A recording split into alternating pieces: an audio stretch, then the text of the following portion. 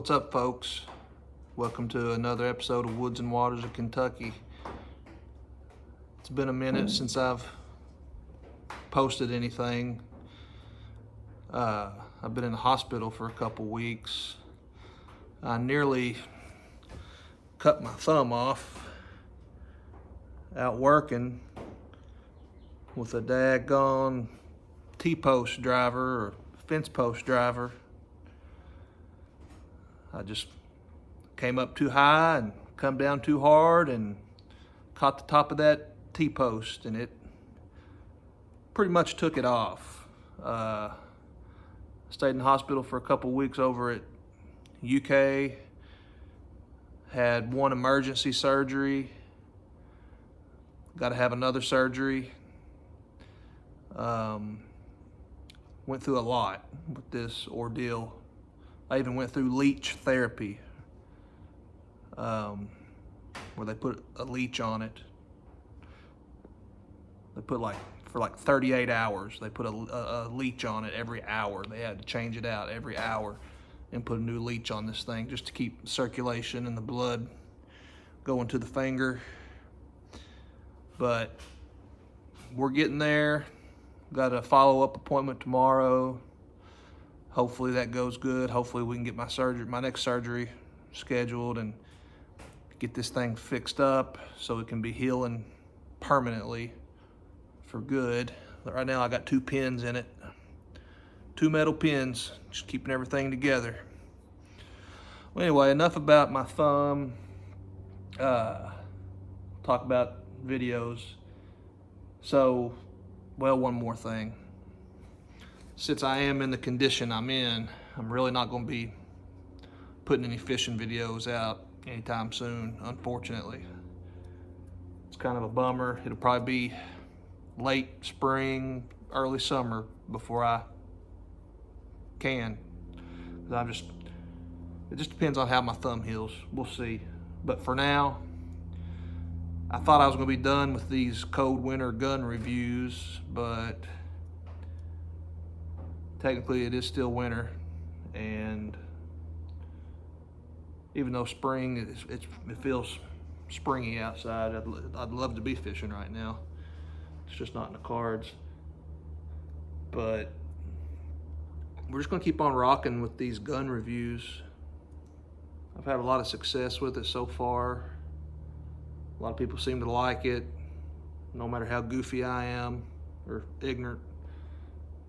But anyway, we just need to try to keep making progress. So this video really isn't a gun review per se, but it's kind of more like a loadout review. But I'm still going to introduce a new firearm. Technically, it's very similar to one you've seen in the past. I have a .22 revolver that looks identical to it. I can't remember the model 20 or 23 or something, but this is a Model 10 Smith & Wesson 38 Special Model 10. Yeah, like I say, I had a 22 that I'd done a video on that looked pretty much identical to this one. A little different, but so yeah, we got this gun. It's going to be part of our loadout. I guess you could say it's our secondary, technically. But the primary for this is going to be this other gun that I've already done a video on. It's the Marlin 357 Magnum and 38 Special. Shoots both rounds. You know, real small gun. Holds about 10 rounds of the 357 Magnum, as well as the 38 Special. You might get one more bullet if you use the 38s. I'm not sure. I can't remember. But basically, this loadout is for my collection that I have. This loadout would basically be for whenever I run out of 9mm, 40 cal, 45 ACP, you know, the more common rounds. This would be my next loadout. Obviously, my first choice would be my AR and my SIG, 40 cal. That would just be my first choice for obvious reasons. But once that ammo goes thin, it's time to move on to another loadout, depending on what ammo you have in stock, which right now I have a decent amount of 38 Special and 357 Magnum. Well, not really 357 Magnum, but I've got a decent amount of 38 Special. But I do have a box of 357s, and this is actually loaded with 357 Magnums. But anyway, we're just, I put this, so this sling here I've had since the beginning of time. It's an old vintage camo pattern sling. I would love to find me some camouflage clothes with that camo pattern on it, just the old vintage style. But it don't connect with any screws or mounts or clevises or anything like that. It's just all strap. And believe it or not, this right here doesn't interfere with the pulling back the cock and the hammer or working the lever. This doesn't interfere with it at all. And this right here, this will slide up and down a little bit, but it's still very snug and secure. It can't go past that front sight, and it doesn't block that front sight. And when I'm, for one, this gun is so light, I could shoot it like a pistol if I needed to. I could go dual wield. Like I say, I got a bum finger right now, but I could go dual wield and shoot somebody over here, somebody over there, and be just fine like that. But also, if I put my arm under this sling here, you can really lock everything in real nice and tight and snug with that sling to get stabilized. Some people like to even wrap their arm around it again, which is fine too. It just makes for a really stabilized shot, not taking rest, staying on the move. It's light. You put it back behind you, you don't even know it's there.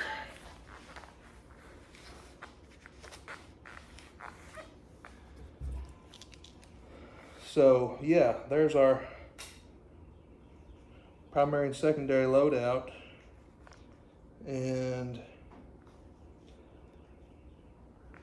just to keep things going, I'm going to show you a couple more things here real quick. So like many police officers, I got a backup handgun, and y'all have done seen it. It's the 38, or the one that I've already done video on. Let's try to get this camera angled like how I need it. So we've got a pouch of shells like I showed y'all in one of my previous videos. It's actually made for 30-30, high-powered rifle. But you can put these 38 Specials in here in groups of 4. 1, 2, 3, 4. 2 at the top, 2 at the bottom. What did we say? So yeah, it's 20. 20 in each pouch. And they do not fall out. You have to really be crawling on the ground or something crazy, like going through a damn briar thicket or something crazy like that. Because those bullets just ain't going nowhere. It's just all there is to it. They're in there, and I've got plenty of them. plenty of them, 80 to be exact. And they're all within hand's reach, real quick. It's just a simple little loadout for whenever the AR-15 ain't available. And yeah, this being reversed or whatever, it is what it is. I wish I had a left-handed holster for it, but I don't. But I've been practicing around some different